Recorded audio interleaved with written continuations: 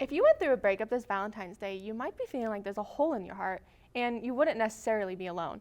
A couple of years ago, one UNC professor actually had a hole in his heart, a life-changing one.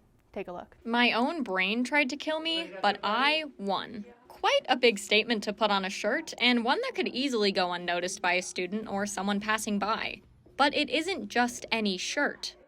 It's a declaration. In 2019, University of Northern Colorado professor Shawn Montano experienced a stroke that essentially killed the left side of his brain. The stroke was caused by a hole in his heart that he had no idea existed. He was left with aphasia, a brain disorder that made it incredibly hard for him to make connections between words and symbols. Instead of teaching in the classroom, Montano had to go back to the basics and learn how to speak again. He started reading Dr. Seuss out loud with his daughter Lyra, who would help correct him. Suddenly, everyday tasks like forming sentences turned into accomplishments. I had to literally think the word, and then the next word, and then the next word. And if I got, 3 or 4 words together, I was pretty happy.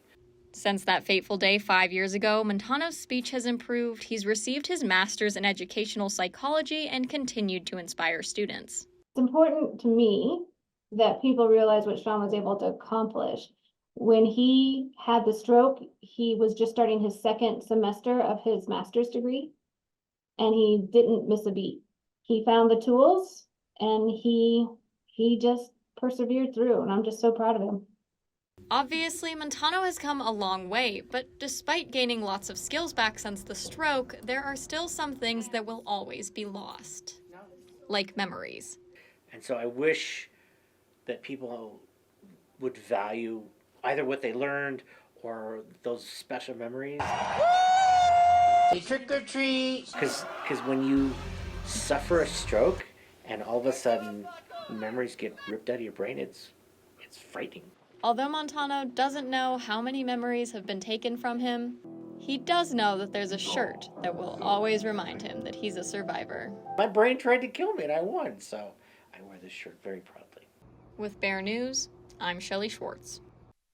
Shawn Montano is actually the professor in charge of Bear News, and most of us had no idea he survived a stroke. Since the stroke, he's been sharing his story on social media to help others, which is how we learned about it. Thank you again for being an inspiration, Professor.